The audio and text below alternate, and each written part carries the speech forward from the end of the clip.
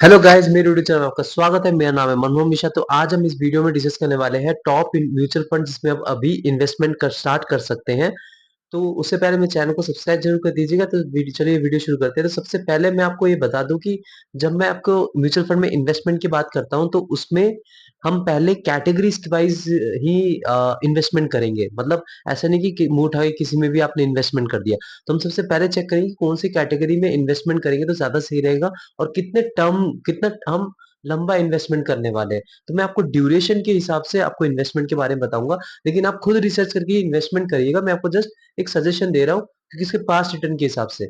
और मैं आपको ये भी बता रहा हूँ कि पास्ट रिटर्न इसका गारंटी नहीं देता कि फ्यूचर रिटर्न भी आपको ऐसा मिले, लेकिन जो हालांकि मतलब होता रहता है, मतलब पास्ट 30 से 40 साल या 20 साल से जो भी हो रहा है वो मैं आपको बता रहा हूँ, उसके हिसाब से फंड आपको बताऊंगा।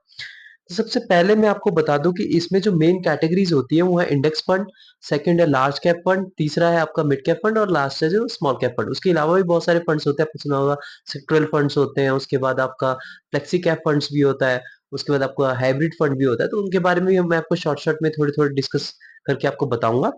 तो सबसे पहले मैं आपको इंडेक्स फंड में बता दूं, अगर आपका टाइम फ्रेम जो है ना, मतलब 3 से 5 साल का है, मतलब बहुत छोटा टाइम फ्रेम है, तो आप इंडेक्स फंड में इन्वेस्टमेंट कर सकते हैं। इंडेक्स फंड बेसिकली क्या होता है, इसमें टॉप 50 कंपनीज होती हैं। तो टॉप 50 कंपनीज होने के कारण इसमें जो आपका जो इन्वेस्टमेंट होता है वो थोड़ा सेफ हो जाता है, मतलब रिस्क जो है वो थोड़ा कम हो जाता है, क्योंकि टॉप कंपनीज की डूबने की मतलब वो ऑलरेडी एस्टेब्लिश्ड कंपनीज हैं, तो उसमें डूबने के चांसेस बहुत कम होते हैं। और मान लीजिए अगर भगवान ना करे, मतलब अगर आप मान लीजिए आपने उसमें एक टॉप 50 कंपनीज में इन्वेस्टमेंट करा तो एक कंपनी डूब गई, तो एक कंपनी डूब गई तो उससे भी आपका ज्यादा कोई फर्क नहीं पड़ेगा। रीजन ये है कि मतलब उसमें ऑलरेडी 49 कंपनीज है जो कि आपको अच्छा खासा रिटर्न दे देंगे। और वो उसका जो फंड मैनेजर है वो भी चेंजेस करते रहते हैं, तो उसमें कोई ज्यादा प्रॉब्लम नहीं होगा, क्योंकि जैसे ही वो टॉप मतलब 50 में अगर कुछ मान लीजिए उसमें प्रॉब्लम आती है तो 50 से भी हट जाएगा, वो ऑटोमेटिक दूसरा आ जाएगा, तो उसमें आपका एडजस्ट हो जाएगा।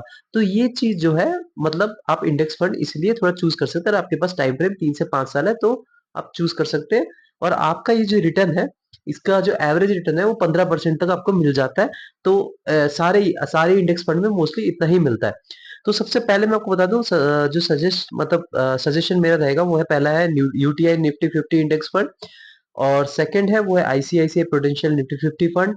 उसके बाद आपका तीसरा जो है वो है एचडीएफसी इंडेक्स फंड, चौथा जो है वो एसबीआई निफ्टी इंडेक्स फंड, और पांचवा जो है वो ICICI prudential Nifty index Nifty next 50 index fund. तो आप ये 5 फंड्स में से कोई भी एक चूज कर सकते हैं, लेकिन मेरा जो टॉप चॉइस है वो है यूटीआई निफ्टी 50 इंडेक्स फंड, और जो सेकंड है वो है एसबीआई निफ्टी इंडेक्स फंड। तो आप ये दोनों में कर सकते हैं, या बाकी जो मैंने चार वो आपको 5 बताए फंड, उसमें आप अपना रिसर्च करके कर सकते हैं। तो ये हो गया आपका इंडेक्स फंड और टाइम फ्रेम 3 से 5 साल। अब जो सेकंड जो है वो है लार्ज कैप फंड। जो लार्ज कैप फंड होता है वो बेसिकली आपका डिफरेंस ये होता है कि लार्ज कैप फंड में भी बड़ी कंपनीज होती है, लेकिन इनमें जो होती है कुछ 10 से 20% तक आपको छोटी कंपनीज भी दिखेंगी, क्योंकि ये थोड़ा 1 से 2% ज्यादा रिटर्न आपको दिलवाना चाहते हैं। मतलब जैसे मैंने आपको बताया, इंडेक्स फंड का जो एवरेज रिटर्न है 10 साल का, जो आप देखेंगे तो उसमें 14 से 15% है, लेकिन आप अगर लार्ज कैप फंड का देखेंगे तो 17% तक है। तो मतलब 1-2% ये ज्यादा आपको दिलवा रहे हैं। तो उसमें अगर आप देखा जाए तो आपका टाइम फ्रेम अगर 5 साल से लेकर 8 साल तक है, तो अब लार्ज कैप फंड में सबसे टॉप लार्ज कैप फंड है वो है Canara Robeco blue chip fund. तो आपको बेसिकली वही 17% तक रिटर्न देते हैं, 16 से 17%। सेकंड जो है वो एक्सिस ब्लू चिप फंड, और जो थर्ड है वो है कोटक ब्लू चिप फंड, और फोर्थ है ICICI Prudential blue chip fund, और फिफ्थ है वो है Mirae asset large cap fund. तो बेसिकली ये 5 फंड में से आप किसी में भी इन्वेस्टमेंट कर सकते हैं अपना रिसर्च करके। सबसे पहले मैं एक चीज बता दूं कि आप अगर इन्वेस्ट करते हैं तो आप ये दोनों एक जैसा फंड मत लीजिएगा। मतलब जैसे कि मैंने आपको बताया कि टॉप फंड मैंने Canara Robeco blue chip fund बताया, फिर एक्सिस ब्लू चिप फंड बताया, तो आप ये दोनों में इन्वेस्ट कर रहे हैं, तो दोनों में ऐसा मत करिएगा। ये अगर डाइवर्सिफाई करते हैं तो अलग कैटेगरी में करिएगा, क्योंकि अगर आप इसमें करते हैं तो दोनों के बेसिकली जो कंपोजर होते हैं, मतलब जो अंदर जो भी इनका जो पोर्टफोलियो होता है, जो भी इनके फंड्स होते हैं वो सारे सेम ही होते हैं ऑलमोस्ट। तो इसमें कोई फर्क नहीं पड़ेगा, तो आप अपना वेस्ट कर रहे हैं। तो डाइवर्सिफाई मतलब नहीं हो पा रहा है, ओवरलैप हो रहा है यहाँ पे। तो आप इसको मत करिए, ऐसे मत करिएगा। तो पहला हो गया। फिर मैंने आपको बता दी टॉप लार्ज कैप फंड्स कौन से हैं जो आप इसमें इन्वेस्ट कर सकते हैं और रिसर्च करके। और जो उसके बाद है मिड कैप फंड।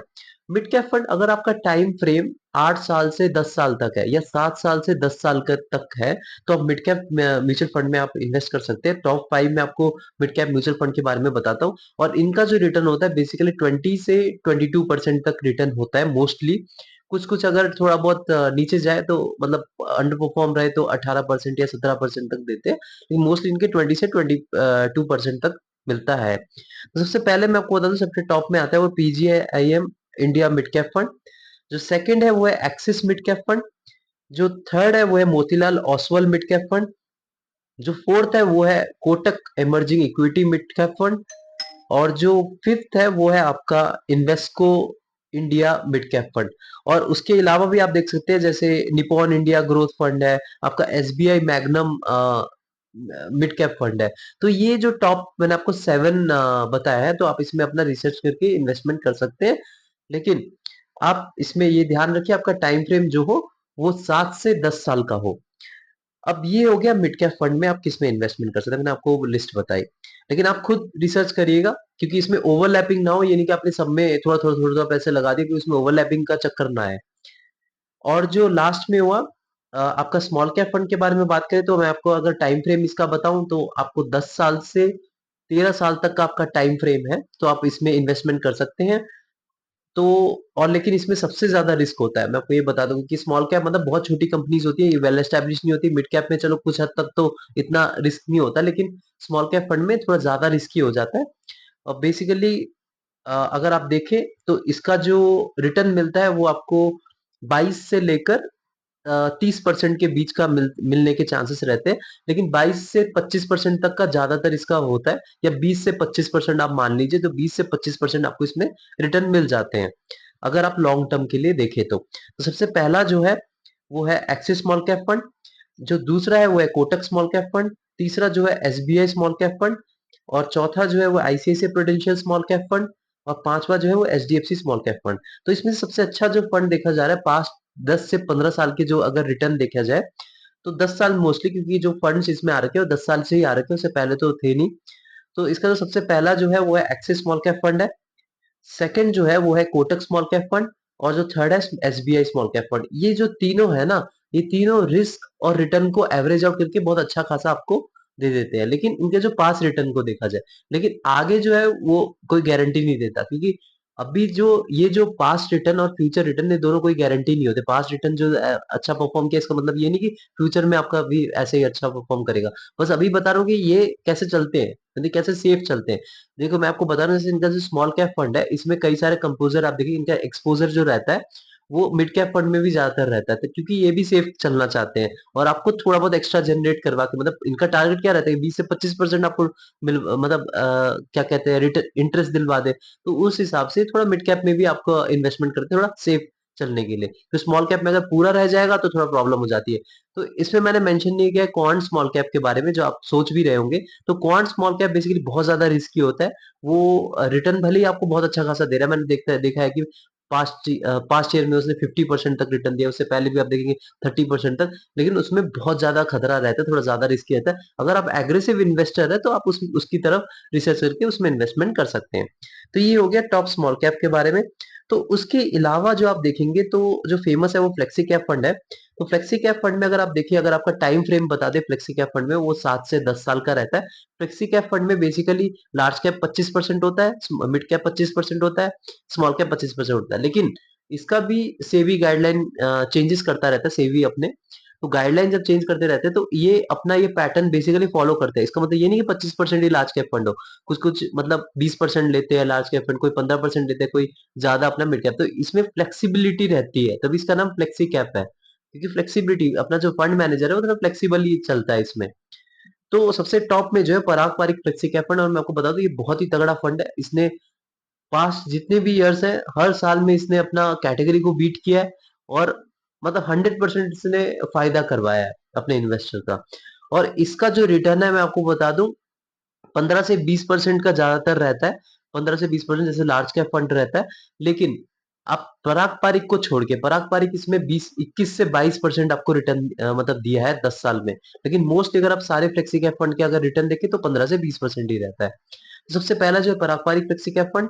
दूसरा जो है वो है PGIM India flexi cap fund, और तीसरा जो है Canara Robeco flexi cap fund, चौथा जो है वो एक्सिस फ्लेक्सी कैप फंड, पांचवा जो है एचडीएफसी फ्लेक्सी कैप फंड। तो आप इन पांचों में से देख के अपना रिसर्च करके आप इन्वेस्टमेंट कर सकते हैं, लेकिन मैं बता दूं Parag Parikh flexi cap fund top में रहता है, और इसका कुछ इन्वेस्टमेंट आपको फॉरेन इक्विटीज में भी है, इसलिए थोड़ा रिटर्न थोड़ा ज्यादा अच्छा खासा देता है। लेकिन इसमें भी सेबी अभी गाइडलाइन लेके आया था कि यार आप इन्वेस्टमेंट फॉरेन इक्विटीज में नहीं कर सकते, क्योंकि आपको टैक्स वैक्स का चक्कर रहता है, तो उसमें भी चेंजेस करे थे, बहुत कम करा था, शायद बीच में बंद भी हुआ था, तो आप उसमें भी रिसर्च करके अपना इन्वेस्टमेंट कर सकते हैं। तो ये बेसिकली मैंने आपको टॉप फंड्स बता दिए।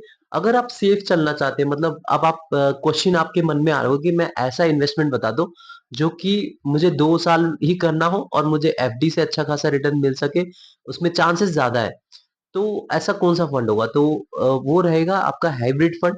हाइब्रिड फंड का जो रेंज रहता है वो 8 से 12% का रहता है। उसमें बेसिकली क्या होता है, 50% इक्विटी होते हैं, मतलब 50% जो लार्ज कैप फंड्स रहते हैं उसमें कंपोजर रहता है, और 50% होता है वो डेब्ट फंड रहता है। डेब्ट फंड मतलब जैसे कि जिसमें कि आपको फिक्स, जैसे फिक्स डिपॉजिट हो गया, आपका फिक्स इनकम जिसमें मिलता हो, जैसे कि कोई गवर्नमेंट बॉन्ड हो गया, कोई कॉर्पोरेट बॉन्ड हो गया, जिसमें बता दिया कि फिक्स इसमें 7 से 8% मिल जाएगा। तो इसमें क्या होता है कि 7 से 8% अगर उसमें मिल जाता है, तो प्लस करके ये जो 50% इन्होंने अपना इक्विटी ले रखा है, तो वो आपको 10 से 12 11% या 12% आपको इंटरेस्ट दिलवा देते हैं, थोड़ा बहुत 2 या 3 साल में, अगर आप इन्वेस्टमेंट करना चाहते हैं। लेकिन ये आप खुद रिसर्च के करिएगा, मैं आपको ये ऐसे बोल रहा हूँ तो आप ऐसे मुंह उठा के मत कर दीजिएगा इन्वेस्टमेंट, आप अपना खुद रिसर्च करके करिएगा, क्योंकि ये मैं जनरली जो मार्केट पास 10 से 15 साल तक चल रही है वो मैं आपको उसी के हिसाब से बता रहा हूँ, और उसी के हिसाब से रिटर्न भी बता रहा हूँ। तो मेरे चैनल को सब्सक्राइब जरूर कर दीजिएगा, मैं ऐसे वीडियो लाता रहता हूँ। Thank you.